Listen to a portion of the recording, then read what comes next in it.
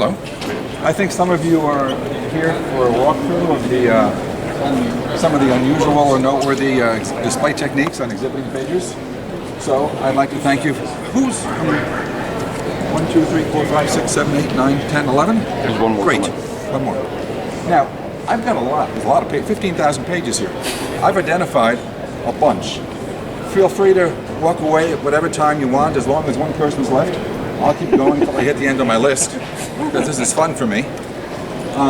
Now, the basis by which I picked these things are purely idiosyncratic. What did Steve think was unusual, well done, or interesting? I've also not singled out those items that have already appeared in the philatelic press as being unusual. Andrew has got some display techniques that will pass. And can you point out your thanks? It's got some covers mounted in a trapezoid shape that are really, really well done. So I picked out some things. They're not necessarily related to the metal level, but it is frequently the case that proficient exhibitors use good exhibiting techniques. So there's an over-representation of gold medal exhibits in some of the display techniques that we'll be looking at. They're not related to subject matter, and it's all random. Good exhibitors are not necessarily represented in what we're going to look at. People who are new are just as likely to be represented. Are there any questions or comments before we go? Okay, I made a list of the pages that we're going to look at, and when we get to each one, we'll talk about it. Let's go around the corner. Is that you want to focus the viewer's eye and the judge's eye on the specific elements that you're addressing, that you want them to see. There's a lot of things on a cover. A cover has a cachet, it has stamps, it has a cancellation, but what are the things that you want to discuss? This exhibitor has done an excellent job of focusing exactly what he wants the viewer and the judge to see. On this page, he's focusing on the time, the cancels. So the cachets are covered. For this particular page, even though it's a first-day cover exhibit, we tend to think the cachets are key. If I talk too fast, tell me. I'm just so excited about this stuff. The cachets are covered because the focus is on the cancellation.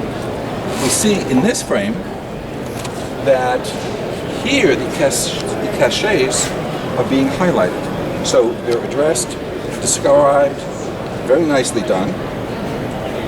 And on this page, this enclosure to the envelope is relevant, but it's not worth using all the space that it would take. So the covers, first-day covers, are overlaid on the page, so the viewer gets the benefit of being able to show it, but not using up unnecessarily all that space. So it's nice. And then the next frame, this guy, he's a very good exhibitor. He does a lot of great things. This page, here he's focusing on the shades of the cachet. So all he's showing is the colors and the stamp, the cancellation.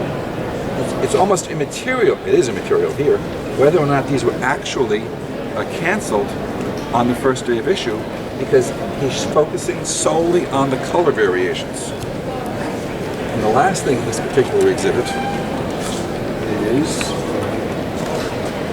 same thing here, the same thing in the middle. Now I want to go to frame 153. So you put it vertically. The cover is tilted sideways from the normal cover alignment, but it shows the stamps better. We're not bound by the normal thinking of the horizontal and vertical. You're bound by whatever works better. There's a thematic exhibit over there somewhere where the individual is showing a Xerox of the back of the cover because it adds something. Because it's not philatelic, he fits it in better sideways. And it works because it doesn't have to be horizontal. Horizontal things don't have to be horizontal. Vertical things don't have to be vertical. There's a display of Irish coil stamps over there. coil stamps come two ways, horizontal and vertical. These horizontal coil stamps go across the entire front, 4 pages wide. Horizontal coil stamps. When we pass them, I'll point it out. What do you do with vertical coil stamps? I mean, they're really hard to show, right? There is one exhibitor who shows coil stamps. It's got a special mount that goes up and down the entire frame. It hooks over this page here. And the guy with the Irish coils, he takes his vertical Irish coils and he shows them horizontally. Same stamps. You can see them just as well. It's just as effective. Horizontal and vertical don't have real meaning for us as we exhibit our things. It's primarily the orientation of the stamp, heavily influenced by how is it going to fit in the frame. At any point, feel free to argue or to compliment with anything that we discuss. Argument is much more interesting.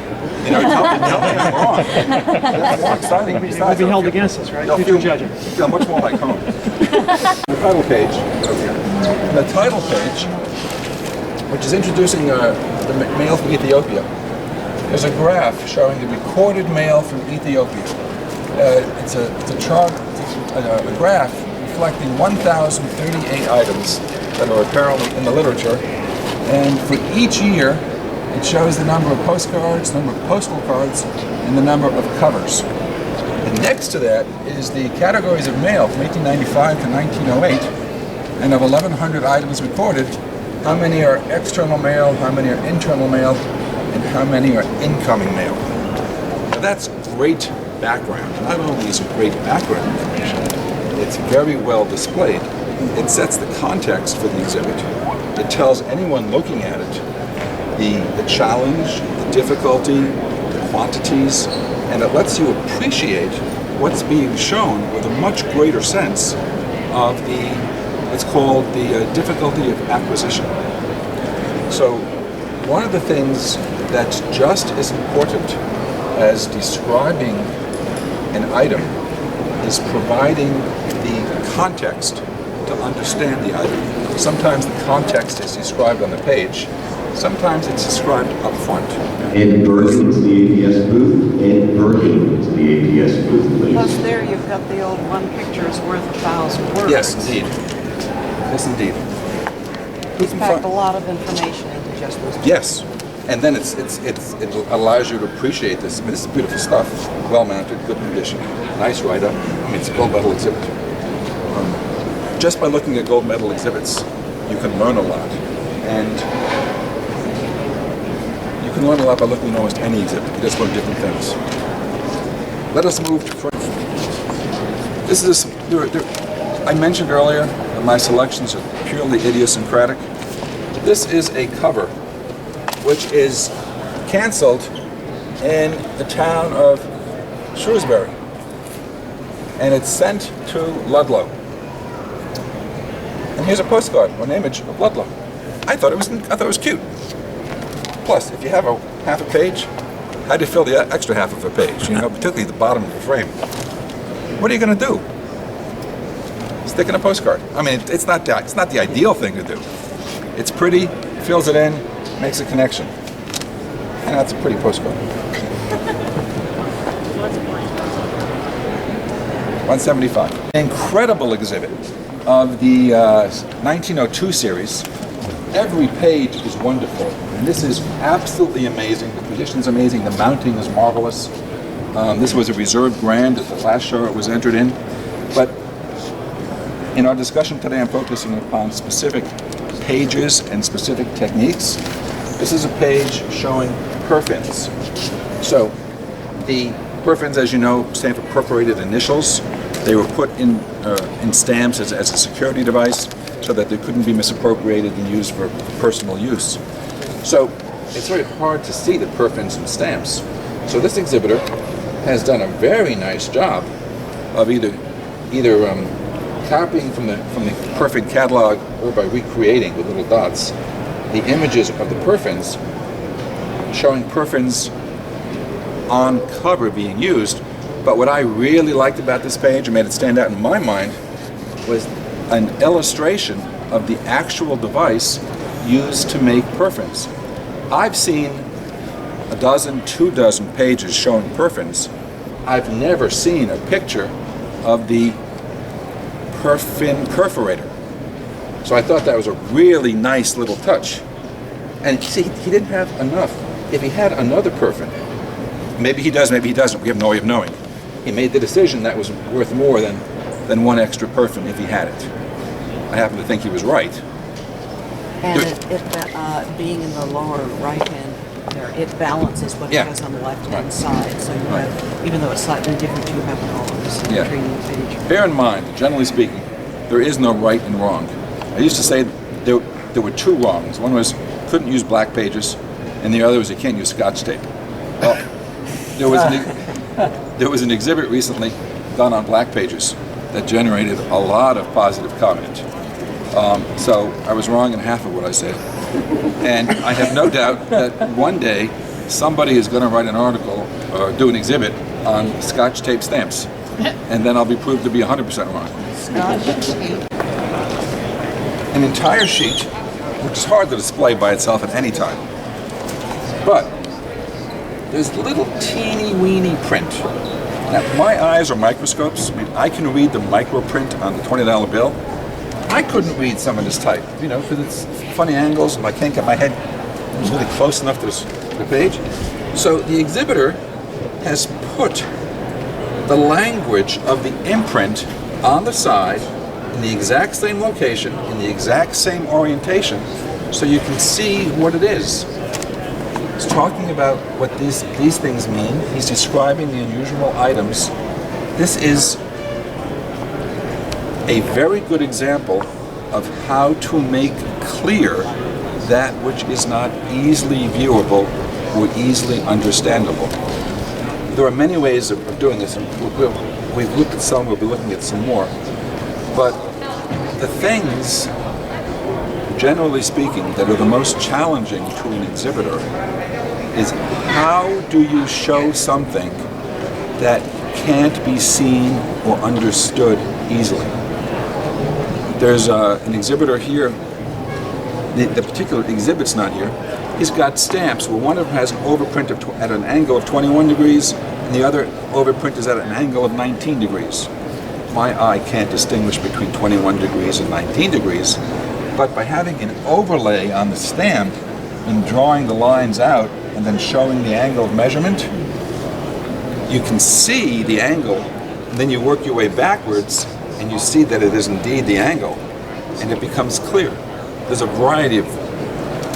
The challenge to an exhibitor is showing the things that you want people to see.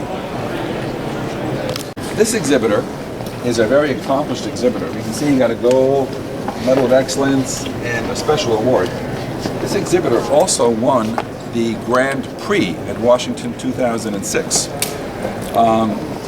Very good exhibiting technique. There's 2 things in particular. One of the things that exhibitors have to show is how things fit together. The question that judges like to ask, if the pages fell on the floor and someone just had a pile at random, would they be able to put them in the frames in the proper order? Is there a structure that's interpretable? Well, this exhibitor has laid out what the structure of the exhibit is.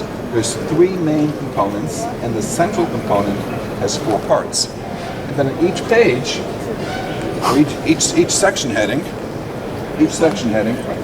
thank you, each section heading, he shows where you are. He also shows an estimate of the surviving items of the type being shown. But what I really wanted to highlight on this page is this page here, where he says in the words up here, there are 5 characteristics distinguishing registered mail. Number 1, number 2, number 3, number 4, number 5. Is there any way, in hindsight, it's easy to see this, but is there any way to make that more understandable or more interpretable? It's a great page. I mean, anyone looking at it understands exactly what he wants you to see and what he's trying to show.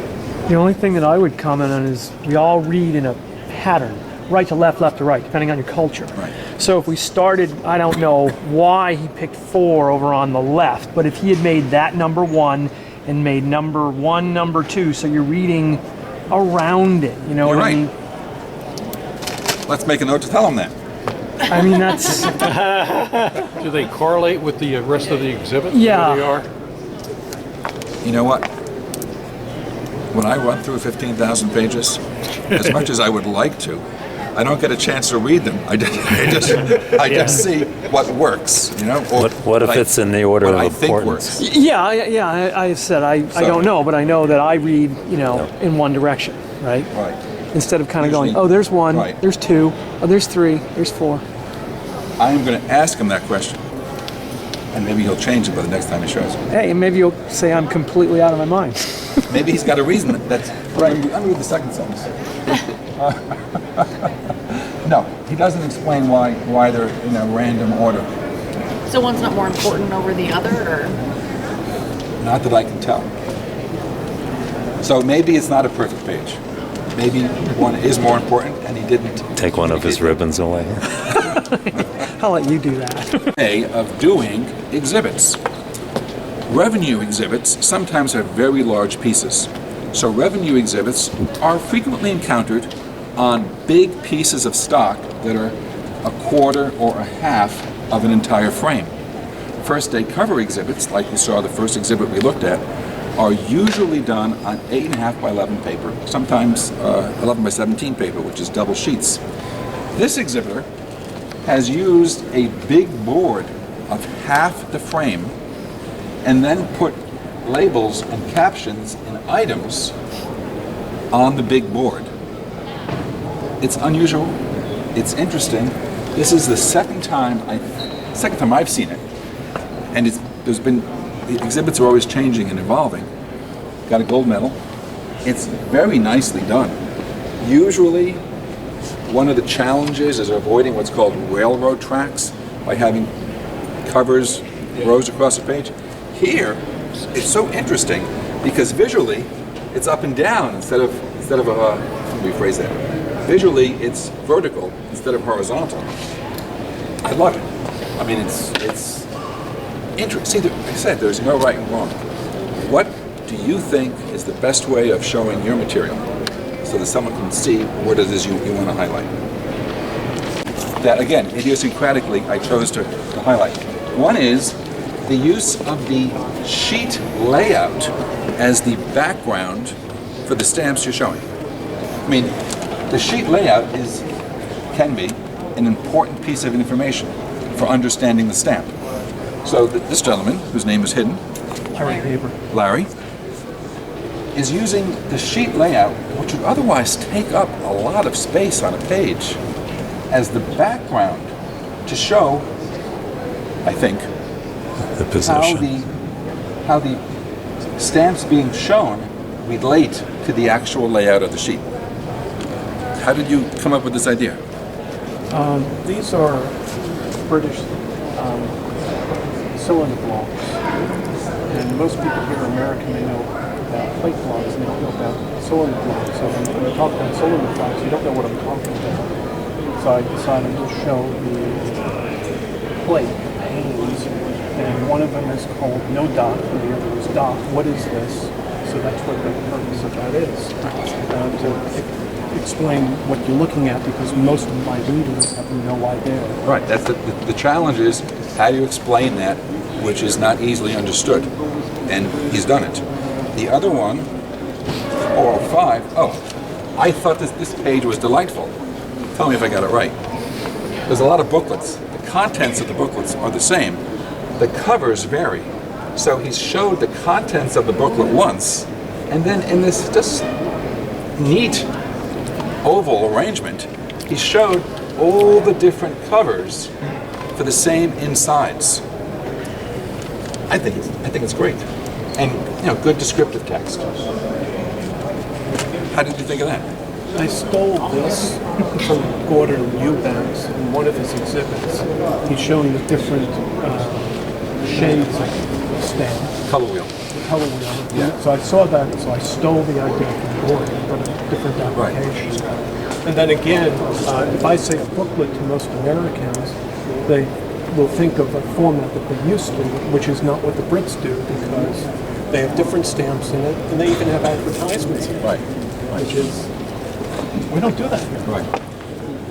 You made reference to a color wheel. One of the exhibits that will pass, I think, shows the color wheel. When you have shades, it's possible. It's possible to show shades in a linear fashion, which we're used to, red, green.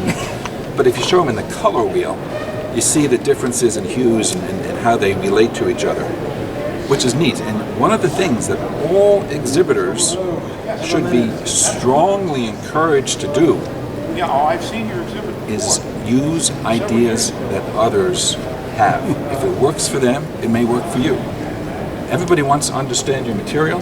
Everyone's willing to share their ideas, or else they wouldn't be putting it up. And if you steal ideas from Gordon Eubanks, you're on pretty solid ground. Right. Gordon Eubanks just won the Champion of Champions here. And I believe it's the second time he's won the Champion of Champions. Yes. He's a pretty fantastic exhibitor. How do you show things like this? You use a piece of paper that's half the size of the frame. It works. Actually, I have an exhibit here, and I've got a sheet roughly this size, but I just stick it in one corner, overlapping pages 13 and page 9, and then I use 8.5 by 11 inch paper for the rest of the thing. You can use any size paper you want. Most exhibitors use 8.5 by 11. For unusual shape pieces, they might use 11 by 11, or they can do 3 pages 11 by 11 across the top. You can use 11 by 17 for a double page. You can use half frame, I'm losing my language here, half frame height pages. Or as we'll see in a little bit, some exhibitors, one exhibitor at least, has used for the entire frame 2 pieces of paper, divided the frame in half, one left, one right.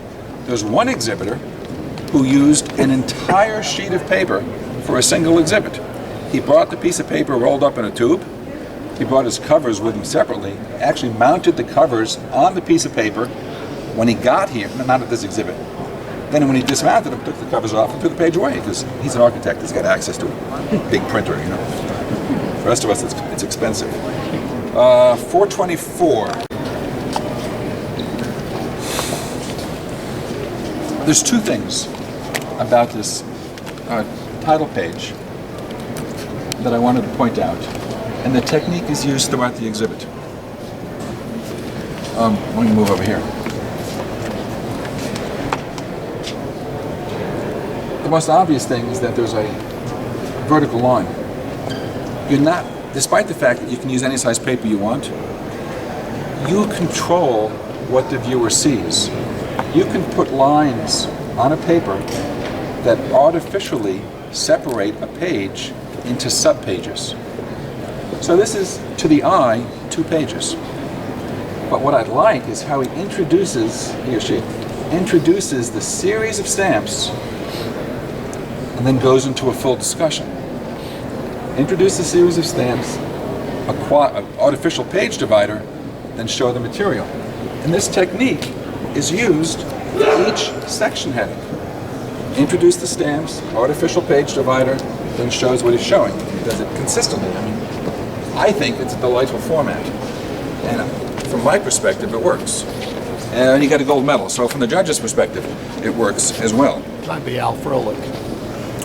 I don't think so. No, he did Chile, I think, but He's got it, well, he does Colombian too. he does Colombia, which is here, and Chile is here.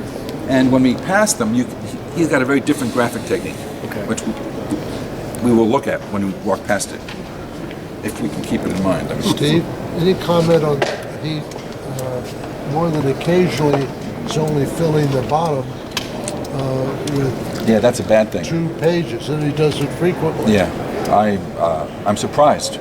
You shouldn't do that. But he's got his gold, so Remember how I said earlier there are very few absolute rules? How do you weigh things? What was the critique? I'm sorry. The question was, there's missing pages on the bottom. Blank space. It's not. There's also a lot of white space on Yeah, some pages have white space. I wasn't in the jury deliberations. I'm not in a position to say. But just it looks like it's incredible material. It looks like there's very, very good descriptions of what's going on. 4 printing types, 3 printing types with illustrations showing the varieties. I mean, he knows, it appears to be the case that he knows what he's talking about. 428, whoops, here we are. Oh, I thought this page was an attractive page. This page has a whole lot of stamps, okay? Types 1 through 6. Underneath each of the stamps, he's showing the variety in the types, types, so you can tell what they are. Perfectly symmetrical, 2 covers, and then all of these are cancellations that are distinguishable or legible, and he describes what each one is. So from an aesthetic perspective, I think that is a wonderful page. With useful, I mean, it's not just aesthetic. It's not. I write a column on exhibiting tips. I love it. Thank you. Sometimes I think I should write a column on pretty pages. You know? Even the one next to it. I mean, Yeah. I don't think there's much interest in pretty pages. You know? I once highlighted a page. I said I'm only including this page because it looks so perfect to me. You know, I've been holding on to this image for a couple of years. I just want to show it to people. It was so pretty. You see what he did here on that page? He highlighted those 4 stamps. He's reconstructing a sheet. He's missing these 4. He's missing the 4. Yeah. Okay. So he's showing what they are. This is pretty impressive. Yes. Actually, I picked out a frame over there where there's an entire sheet reconstructed. Being able to plate all of the positions is quite an accomplishment. When you do in the olden days, when you printed stamps, sometimes there were corrections or fixes made to the plate so that each stamp, or a great many of the stamps, have very tiny differences from each other. And by getting multiples of the stamp, you can see how they relate to each other.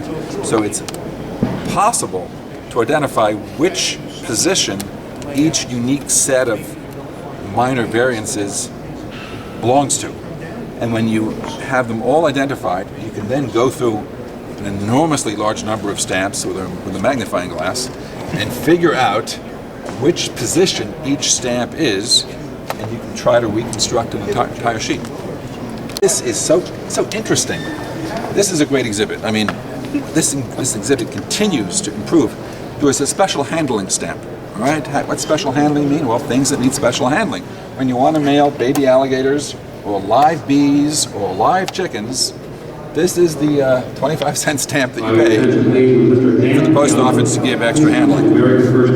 Now, Mr. Dan Piazza, please come to the American First Aid Cover Society booth. He's got 13 large dies here. So he's showing them.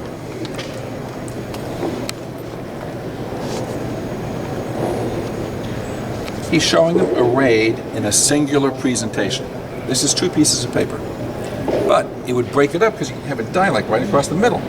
He's got 2 pieces of paper and a little teeny-weeny piece of paper between the 2 with the black line continuing so that your eye sees it as one large sheet rather than it being 2 separate pieces of paper.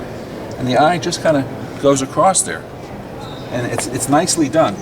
On the bottom one, I haven't quite figured it out. It's done a little differently because he's got his black lines flush to the edge, which is hard to print.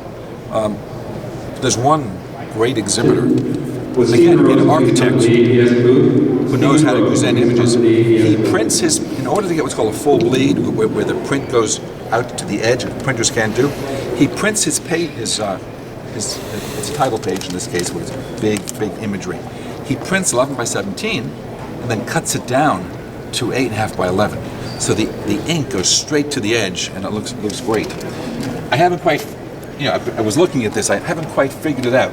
I think that this page appears to be like an eighth or a quarter of an inch wider than this one down here, and maybe that's why he needed this little piece, because this is showing 5 and this is showing 6. That might, but if the exhibitor does it, if we're not standing around looking at stuff like this, nobody would ever think to wonder how he did it, because you just appreciate the content and the story he's telling. Oh, you know what? Within this exhibit, there's something he does incredibly well. Just give me 1 second to find it. Do you see a page that has a ruler on it? Oh, look at this. Everyone, remember we were talking earlier, horizontal and vertical don't necessarily strictly apply? Well, he's got odd pieces. You or I might try to fit this in a square amount, but he's got rectangular mounts, and they always change. This exhibit's always changing. Here, look at this. This is, now these stamps, there's two varieties of the stamp. One of the stamps is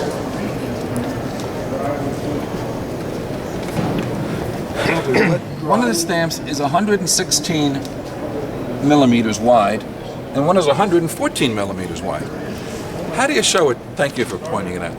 How do you show a 2 millimeter difference? Well, I can't. I can't even see 2 millimeters, What he did, he took a strip of 3 and he blew them up. No, he didn't. This is the real stamp. He overlaid a piece of a tape measure, because when you have a strip of 3, that 2 millimeter difference is multiplied, so it's a 6 millimeter difference. And with a tape overlay, you can see a 6 millimeter difference between the 2 strips of 3. That's, who would think of that, that's, and this is he's won grand awards for this exhibit. 461. This is an amazing exhibit, because just look at the material. There's 2 things we're going to talk about this exhibit. First of all, that's 72 pages thick. It's like 28 pages folded 3 times. So, showing thick things are really hard. This guy glued together 3 thicknesses of his heavy page stock. Then he put a piece of heavy cellophane through the material underneath, pulled the cellophane tight, and glued it to the back, and then attached that piece to the paper. Corner mounts don't work when you have something this thick. Some exhibitors try to build up a little shelf. They try to glue little pieces of cardboard. It doesn't work very well. This is held very securely. If at any point he wants to remove it, you can't even see it. He just cuts the little piece of cellophane and the item comes off. This cover. After the show, he's going to be remounting this page to have the cover completely vertical, because diagonal is slightly jarring visually. But the stamps are arrayed in a vertical orientation, so it would be easier to appreciate if they were vertical. One of the things that, it's okay to do anything you want. You can do your covers vertically, you can do them diagonally. It's best within an exhibit to do all big covers the same way, not to have some vertically and some diagonally. Any comments or questions? All right. Oh, we skipped.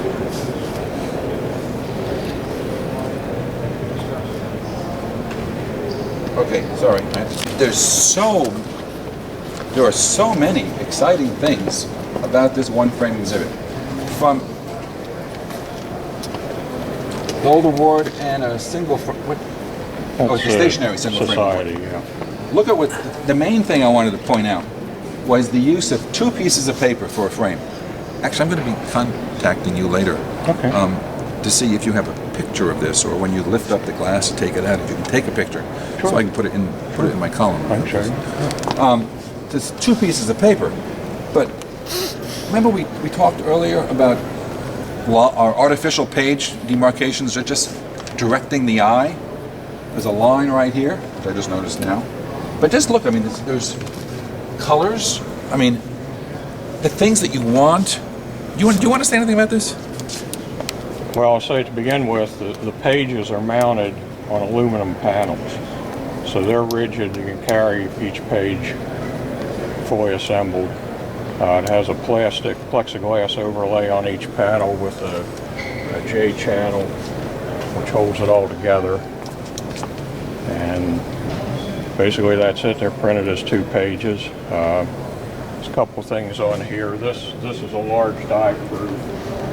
It's about that big. It's viewed through a window. It's mounted on a lower layer so that you don't have to waste space for... What size printer do you use to do something? I have a 24-inch wide carriage printer. These were printed on 24-inch wide roll paper and then cut to size like you were talking about so that you can get the color and the ink all the way to the edges. Notice also he's got a QR. 2D QR code. QR code. Thank you, Paul. Which is the next generation barcode. You point your camera at this with the proper application, and it takes you to a web page that provides more information. One of the problems that sometimes happens in a stamp exhibit is that the exhibitor puts a QR code on the page, the judges point their camera at the QR code, and there's no coverage in the exhibit hall. But I mean, this in so many ways, which we're not going to discuss right now, that this is a lovely exhibit. I just wanted to focus upon the unusual aspect of the 2 pages. If I'd known it was aluminum, that would have been more unusual. But this is a visually stunning exhibit. Thank you very much. Right away is what makes it such a great exhibit. So, Thank you. the small details, like where you just see it as a page break, even though it's just a line in the center of the page, where you've got small fading lines here. So it's the little details like that you thought of, that when, as a viewer, you don't think about, is what makes it a great, Right. in my opinion. So. Thank you very much. Because the ebook you get from your Oh. QR thing. Oh, look at this. Is fabulous. Look at this. Okay. There's I didn't even notice this. A little business card holder. So if you can't use the QR code in the exhibit hall, you can. Well, it's also in that binder. I'm gonna do that. Down there, I'm too. just reading it real quick. The QR code goes to the exhibit and a free ebook, and then here is a copy of the It'll unhook. free. This is incredible. Look at this. Isn't this amazing? Do you have a background in computers? Yeah. Well, I think I'm an it engineer. takes the exhibit Okay. to a whole new level because this then becomes the channel to go to a book. Yeah. You've got it. Yeah. Okay. It's amazing. I've seen this ebook online, Did you? but I never made the connection. I didn't make Okay. the connection to this display to that ebook. Oh. One other point, there's small numbers on here which cross-reference the ebook. So if there's a particular topic, you can... Do you say that somewhere here? Yeah, it's up there in the title page. Oh, right here. Yeah. See, he has a legend. And in the legend, he describes what the blue text are, how references are done, what the frame line colors represent. Sorry. You should come back later and just look at this. It's interesting. Is that 568? No. Let's go to 568. What's the reason? Oh, yes. Because we talked earlier, several times, as a matter of fact, about having a line shape the eyeball. In this exhibit, look at the line here. It comes down, then it goes horizontal, then it goes vertical. It's 2 odd-shaped pages visually, because the designer, it's more than just the exhibitor. The exhibitor is a designer in this case. He's designed the page that this map goes with this, and it's got to be clear. One of the problems with exhibits is which caption goes to which item, or which we talked earlier. Someone talked earlier about which way we were looking at the Mexican register exhibit, saying which way does the eye go? Well, here you're going to look at this, then it's kind of connected, and then you're going to start up here, and you see that you're blocked from going below, so you kind of read this way. It's nice, not as nice as some of the other things we saw, but it's nice. And then 590. Nope, sorry. 568. Well, yes, 590. I don't know. We were talking earlier about context and interpreting and presenting information in a way that it can be easily understood. Well, it seems to be the case that each of these stamps are associated with a specific time period. And the time period overlaps, some long, some short. This is a really neat way of showing which stamps were used when. This is the years across the top. And you can see the periods of use and how the periods of use relate to each other and which overlap and which don't. It's just a nice way of setting the stage for the stamps, for the exhibit that follows. And as you and this isn't the champion of champions. I mean, this is a really top-rate exhibit. 605. Andrew? No, I'm sorry. Okay. This is a wonderful cover. It has a lot of $1 stamps on it. It's got $105 in postage on it. It was a 16-pound parcel. Yeah, I was wondering what was being shipped into where. It's usually the case that when people have big pieces, such as here, they just kind of stick a piece over it, a piece of text over the cover, so you can see what it is. What this exhibitor did, and I only highlighted because it's different. He had space on this page. Now, I don't know if he had an empty space he had to fill. I don't know if he had something that he could have put there. Whatever the reason, the description for this is over here. If this description were on top of the cover, it would have covered up the fact that it was from the Navy Department, that it was sent to a fleet post office. So it's completely erasing the concept of pages. It's connecting these. And again, this is a champion of champions. I mean, if you look at this, it's absolutely amazing covers. These are all $5 stamps, paying $240 in postage for a declared value of $2,008,000.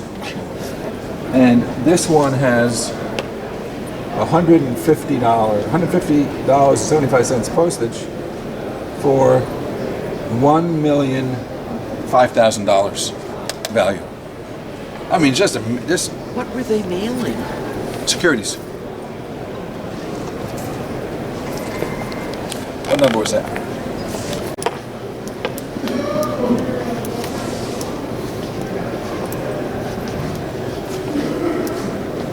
Pages 2 and 3. Oh, same thing. Horizontal lines. So it divides the groupings. So here's a subheading for this group, separating the paper types. This is the stamps, the line, printer's waste. The stamp, the line, then focusing on a different aspect. You're controlling eye movement and what the viewer sees. 55, September 55, 56, and 57 to 63, and there's subtle variations in the shades. So he's showing the shades associated with each printing, because the stamps in the exhibit are arranged in chronological order, so your eye can't retain the image of the color from one page to the next. But here, right on the title page, just showing them next to each other, it's very attractive and very useful, and it lets you see the differences clearly. Let's go around. We talked earlier about plating. It's possible to show individual stamps as this exhibitor does. Here, through a study of the plate and the impressions of each stamp, he's been able to reconstruct the sheet of the stamps. Demonstrates knowledge. What is this? Oh, this is showing some of the things that distinguish the sheets, the positions, so you can tell which are which. In some cases, the text at the bottom is almost like the text that would be in a monograph. Sometimes you have to present a lot of information. But the more obscure the topic, like Carpatho-Ukraine, or for Soruth, or for things that most of us don't know what they are, you have to present. I didn't know what Carpatho-Ukraine was, and boy, I had to look at an exhibit. At this show? No, it's not here. But it was a piece of Poland, apparently. Czechoslovakia. It was a piece of in the Czechoslovakia. interwar period it was the easternmost province of Czechoslovakia in the interwar period, and It's now in it was Russia. absorbed into the Ukrainian Soviet Socialist Republic at the end of World War II. The border was redrawn, and that chunk was just taken by the Soviet Union. And how many of For us what knew reason, that? I'm not sure. Did you judge at Florex? No. Well, it's Bob Fisher at Central Florida. He does that stuff. The 10-frame exhibit is Jay Carrigan. Okay. And he jokes about 10 frames on the country that had just one stamp. What happened was that that Hungary, part of the southern border of Slovakia and Subcarpathian Ruthenia were absorbed by Hungary in connection with Munich in '38. Then Hungary took the rest of Subcarpathian Ruthenia when the state of Czechoslovakia was dissolved by Hitler in '39. Protectorate Bohemia Moravia went to the right. Slovakia became independent. Subcarpathian Ruthenia was an independent country for about 24 hours until the Hungarian army invaded. Then, of course, the Red Army invaded what was then Hungary.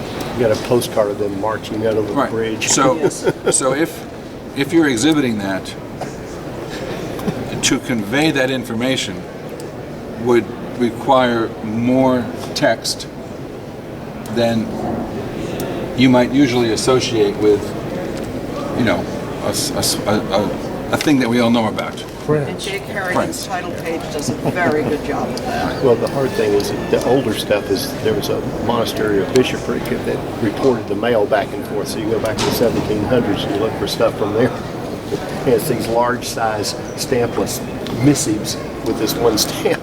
You want to do the whole time.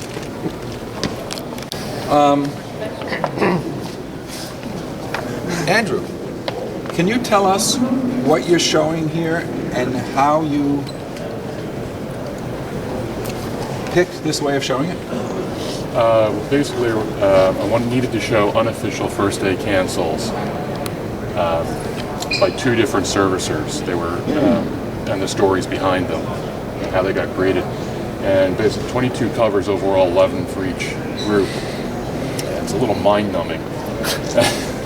So I needed to show a map, show the locations of where outside of the first day city they were canceled, to make it a little more clear, but still get as many covers as I could in a limited amount of space. And what I was able to do is take the first servicer and treat this row almost as if it was a single page. And same thing down here. And originally I did the second row in the same design as the first, and it just looked awful. So it just clicked, do a mirror, and by doing that it ties the entire section together. So this map reflects these 11 covers, and this map reflects these 11 colors. Yeah. So it shows, like you said, it's the entire story when you look at it together, but it's one story down here and one story up here when you look at each of the two individual servicers.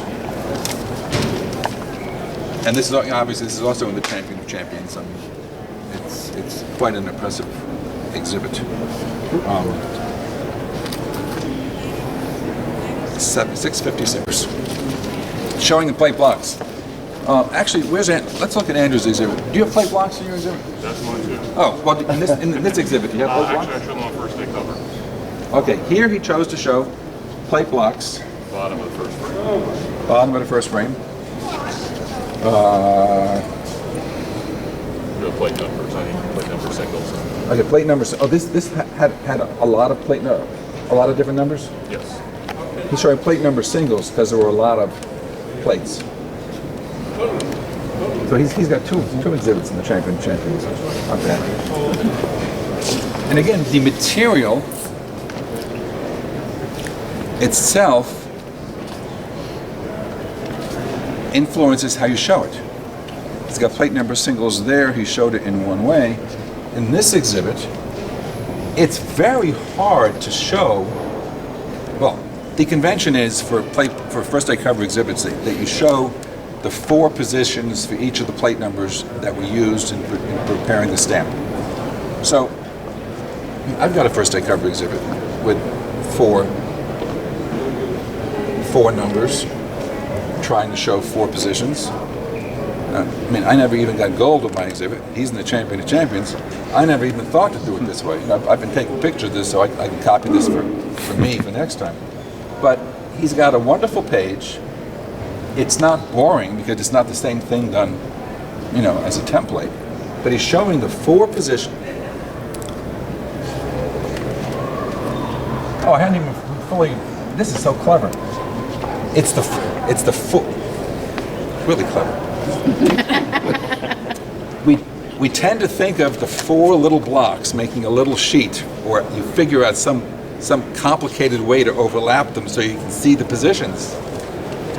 He showed all 4 numbers for the same position, so you don't have to worry about using up the space by making the whole little block like I did. It makes a little miniature sheet.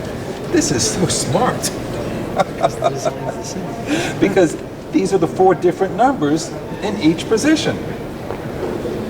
That's great. I like that. We're very close to the end here.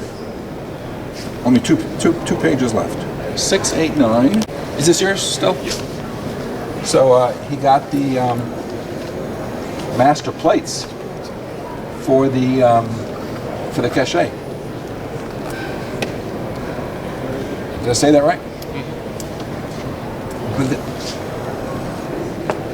If you like first day covers, you want to look at these 2 exhibits because they do everything right. And they have wonderful material. I mean, it's the combination of material and presentation. The Wisconsin green stamp, actually there is an exhibitor who does, he just died, but there is an exhibitor who showed green stamps, S&H green stamps, for those who remember, like flat stamps. And green stamps are much more complicated than you think because they had all different perforation varieties. So one of the things that was great about his exhibit was how he highlighted perforation varieties on S&H green stamps. But when we're looking at the Wisconsin exhibit, which was the green stamp on the big pieces of paper, and I said it's frequently the case that revenue exhibitors do that, where they use a big block, because revenue exhibitors have big pieces. Or this is a revenue exhibit. You see some of the pieces are large, and it would be very, very, very challenging to fit this onto 8.5 by 11 or 11 by 17. So in order to convey it the way the exhibitor wants it to be seen, they use these big boards. These are all quarter frame boards. So each section fits. Oh, and what it's done, the kind of item. So this frame is money transfer, inland money transfer, different methodology, foreign exchange, real estate. It's clearly labeled, big signs. You know exactly what you're looking at. But I just wanted to emphasize the big pages. When you look at it more closely, you see the use of borders, where the red borders are the more significant items from the black borders. You see that there's overlapping when you have to fit things on a page. And again, this is also the Champion of Champions. 689. Stamp on a full pane. How do you do it? Now there's two really successful techniques that I've seen where the stamp you're highlighting is not a marginal stamp. If it's a marginal stamp, you just put a little arrow on the margin saying, look right here. Here's what you see. But we're looking at this page right here, and what this exhibitor has done, he's scanned the stamp to which attention is being directed. He's put it over the sheet, because all the rest of the stamps look the same. By just having it like this, you see its location on the sheet. The words underneath the image tell you what it is you're seeing. There's an arrow on the picture pointing to the exact little type, the exact little thing which is being described, and just as a courtesy, so it's particularly obvious, he's pointing to the actual stamp which has been reproduced, so you're not confused and wondering, is it this one, this one, this one? So the arrow goes to the stamp, the arrow goes to the actual feature. Sorry, what? Feature. Thank you. The actual feature being described and highlighted. Even though the enlargement does indeed partially cover the stamp. Right, but it's the part of the stamp that doesn't matter. Oh, okay. Because the feature Feature's pointed out. is not covered. Okay, so it's a feature of the stamp as opposed to the entire stamp, so it's okay to cover part of Right, it. it's the overprint that's being featured. Okay. The letters are the letters and the words are transposed. That's what he's pointing out. Okay. The last one, 788. Both of those are good. That is actually not what I wanted to point out, on this page. What I thought was so exceptionally interesting on this page were these two maps. There's two covers. Let me get down here. Mail to Lima from the Amazon. Okay? This cover in March of 1897 took 53 days. And this cover in July of 1897 took 38 days. This was the rainy season. This map shows the route the mail took in the rainy season when you couldn't go through the Amazon and you had to go around the long way. And this map shows the route in the dry season where it's much more direct. And that is such a wonderful way, first of all, to tell us something that we would never have known about. I mean, it was different, actually, we may even have that in this country. I don't know, Grand Canyon or Alaska or something. Alaska. Mm-hmm. But to show us the elapsed time, not just to tell us why, rainy season, dry season, shorter roof, but to actually show us the map so we can fully understand what's being described. That's great. And I think design-wise, he's hit a home run because he's faded that out so it's just sort of barely visible. Most maps get to be so black and white, they pop out of the page and they dominate your philatelic material, which you never want. Right. That's very subtle. That's the way you got to do it. Yeah. He does a nice job with the timeline. His title page is really nice, nicely laid out. Pretty much any exhibit in this part of the hall, good title page, stuff laid out nicely. That concludes the pages that I had identified as being worthy of pointing out. I mean, there's lots that I missed. Okay, I mean, there's a whole lot of things I didn't point out. So, if there's any questions or comments, we can chat farther, or else I'd like to say thank you for joining me. Thank you. I hope you enjoy the rest of the show.